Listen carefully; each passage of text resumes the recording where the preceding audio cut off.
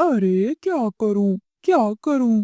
कैसे इस भोजन इकट्ठा करने के चक्कर से छुटकारा पाऊं? बस बिना कुछ किए मुझे भोजन मिल जाए। कुछ सोच, बादल कोई उपाय सोच। बादल कप्पा घर में बैठा ऐसा सोच रहा था। तभी चिड़िया, कबूतर और तोता वहाँ आ जाते हैं। चलो बादल भैया, भोजन लेने चलें। उन तीनों को देखकर बादल कप्पा जोर जोर से चिल्लाने लगता है। हाय, मेरी आंखें, मुझे कुछ दिखाई क्यों नहीं दे रहा? क्या मैं अंधा हो गया हूँ? क्या हुआ बादल, क्यों इतना चिल्ला रहे हो? चीकू, मुझे कुछ भी दिखाई नहीं दे रहा। लेकिन अचानक तुम्हें दिखना कैसे बंद हो गया? क्या तुम्हारी आंखों में कोई चोट आई है? नहीं नहीं, मुझे कोई चोट तो नहीं लगी, लेकिन मुझे कुछ दिखाई नहीं दे रहा। अरे रे, मेरी आंखें, अब मैं भोजन ढूंढने कैसे जाऊंगा? शांत हो जाओ बादल भैया, आपको भोजन खोजने जाने की कोई जरूरत नहीं है। हम तुम्हारे लिए भोजन ले आएंगे। नहीं नहीं, मुझे भी तुम्हारी तरह मेहनत करके खाना है, मुफ्त में नहीं। मैं भला मुफ्त में कैसे खा सकता हूँ? तो ठीक है बादल भैया, आप ऐसा करो, हमारे पेड़ पर हमारे घोंसलों की रक्षा करो, क्योंकि हमारे घोंसले में अंडे हैं। लेकिन चिड़िया बहन, ये कौवा हमारे अंडों की रक्षा कैसे करेगा? इसे तो कुछ भी दिखाई नहीं दे रहा।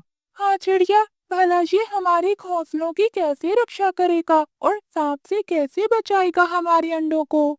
हमें तो पता है कि बादल भैया को कुछ भी दिखाई नहीं दे रहा, लेकिन उस जालिम सांप को ये थोड़ी ना मालूम है।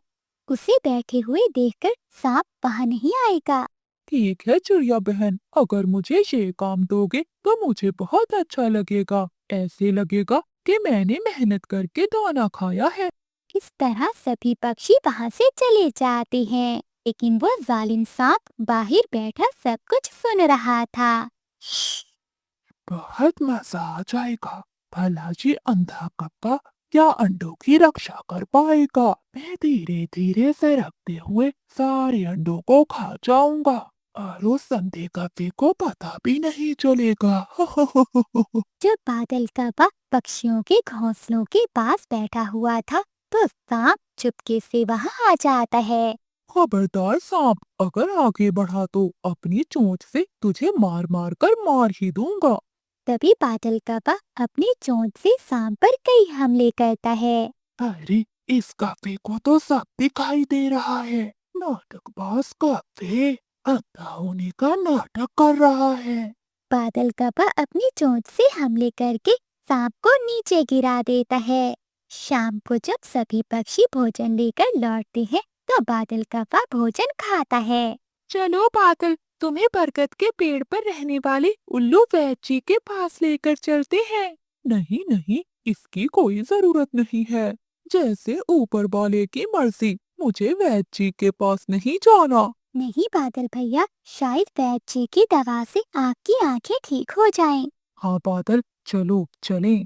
फिर वो तीनों पक्षी बादल कौवे को लेकर उल्लू वैद्य जी के पास जाते हैं। वैद जी, जरा देखें, बादल कप्पे को आँखों से दिखना बंद हो गया है। मेरे पास ये बूटी का रस है। अगर ये रस आँखों में डाल दिया जाए तो अंधे को दिखाई देना शुरू हो जाएगा और जो देख सकता है वो अंधा हो जाएगा।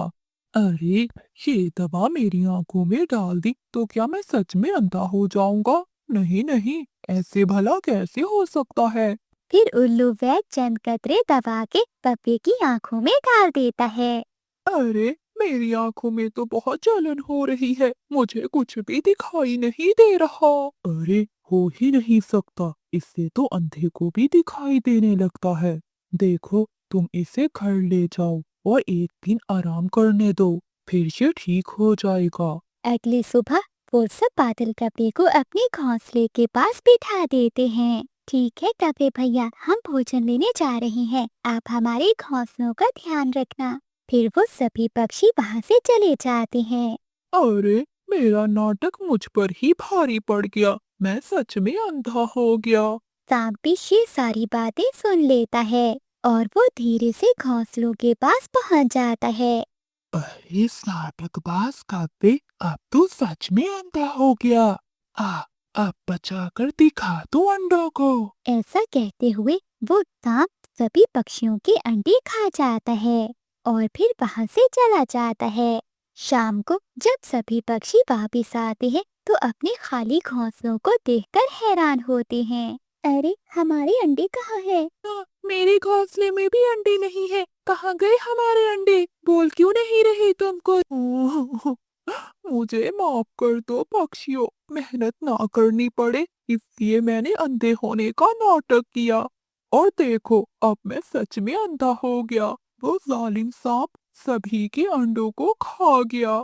क्या मतलब? तुम्हें माफ करने से हमारे अंडे वापस लौट आएंगे?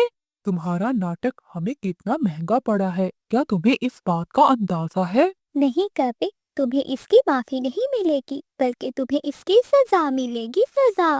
फिर वो सभी पक्षी कपे पर हमला करते हैं जिससे कप्पा घायल होकर पेड़ से नीचे गिर जाता है। वो पेड़ के नीचे ही पड़ा हुआ था। तभी रात में उसका मामा आता है। अरे भांजे, ये तेरी हालत किसने की? किसने तुझे मारा? कुछ नहीं मामा जी, मेरी इस हालत का मैं खुद ही जिम्मेदार हूँ। इस तरह कहकर वो सारी बात अपने मामा जी को बता देता है। भांजे, ये तुमने अच्छा नहीं किया। तुम्हें सभी पक्षियों से माफी मांगनी होगी।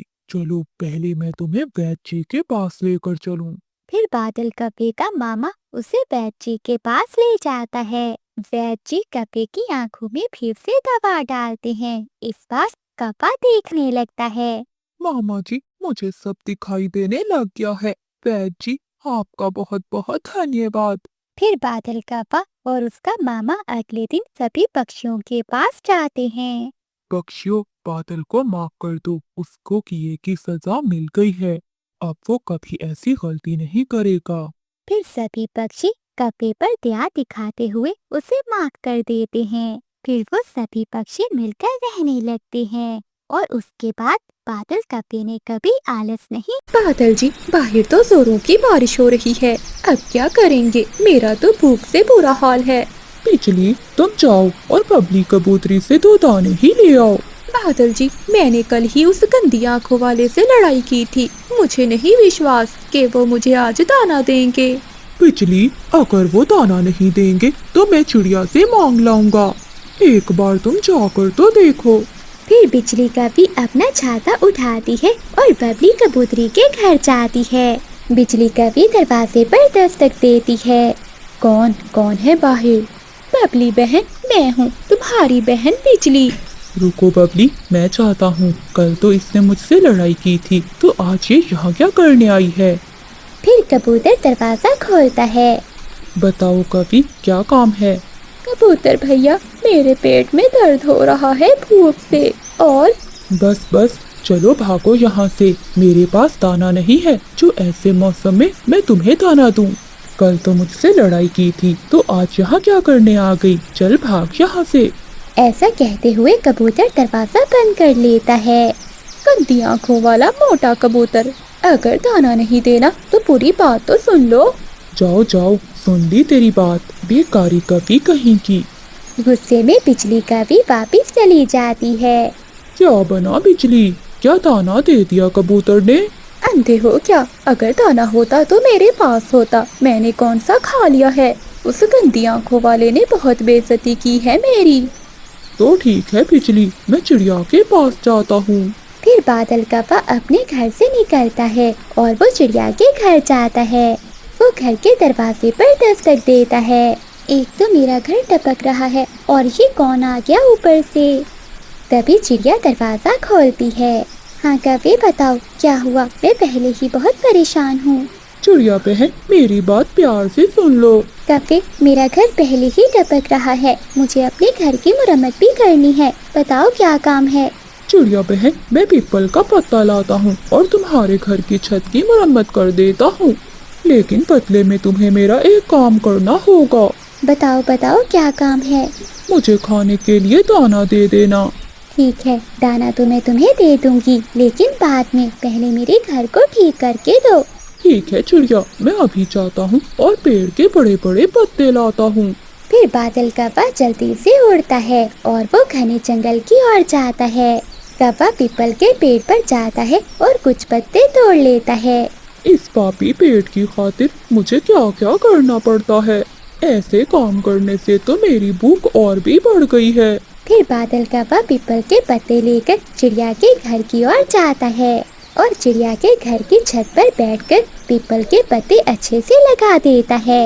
ये तो कमाल हो गया, मेरे घर की छत ठीक हो गई। ऐसा कहते हुए चिड़िया घर से बाहर आती है। चिड़िया बहन बताओ, छत ठीक हुई कि नहीं? बादल भैया तुमने तो कमाल कर दिया, मेरे घर की छत तो ठीक हो गई है। आओ मैं तुम्हें दाना देती हूँ। फिर चिड़िया बादल कौवे को अपने घर के अंदर ले जाती है। बादल भैया मेरे पास दाना तो नहीं है, लेकिन ये एक पका हुआ आम है, तुम ये मीठा आम ले जाओ। कौवा खुश हो जाता है और वो आम लेकर वहाँ से चला जाता है।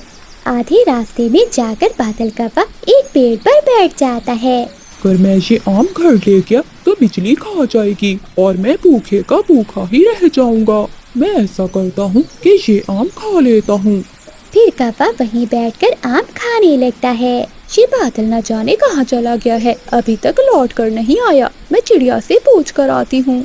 फिर बिजली कौवी अपना छाता लेकर चिड़िया के घर की ओर जाती है और दरवाजे पर दस्तक देती है।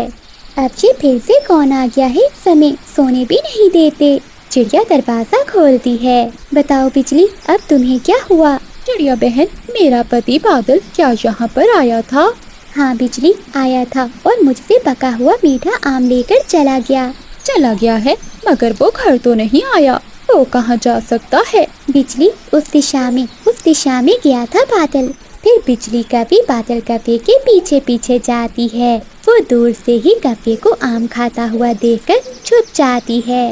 मेरा पेट तो भर गया। अगर ये आम उस काली कौवी के पेट में होता तो ये आम भी काला हो गया होता। डाइन कहीं की, मुझे तो कुछ खाने ही नहीं देती। जो भी होता है अपने काले पेट में डाल लेती है। बिजली कौवी पीछे खड़ी सब सुन रही थी। बादल के बच्चे, तुम यहाँ बैठे आम खा रहे हो और मेरी बुराइयां कर रहे हो, और मैं घर में बैठी भूख से मर रही हूँ। मम्मा मैंने तो मजाक में तुम्हें काली कहा था। फिर बिजली कौवी लाठी उठाकर बादल कौवे की खूब पिटाई करती है। फिर क्या था, बादल कौवा आगे आगे और बिजली कौवी पीछे पीछे। रुको एक बार, मैं तुम्हें छोड़ूंगी नहीं। पक्षियों का शोर सुनकर चिड़िया भी अपने घर से बाहर आती है और वो कौवे की जान बचाती है। चिड़िया बहन, इस बुढ़े कौवे ने मुझे काली कहा। अरे आपने इसे काली क्यों कहा? ये तो आपने अच्छा नहीं किया। चलो कौवी, मैं तुम्हें दाना देती हूँ। फिर मानो चिड़िया बिजली कौवी को अपने साथ अपने घर में ले जाती है और कौवी को दाना दे देती है। बादल कौवा खिड़की से आकर बिजली कौवी को कहता है, बिजली आधा दाना मुझे भी दे दो। चल भाग यहाँ से। फिर बिजली कौवी कौवे के सामने ही बैठकर मजे मजे से दाना खाती है।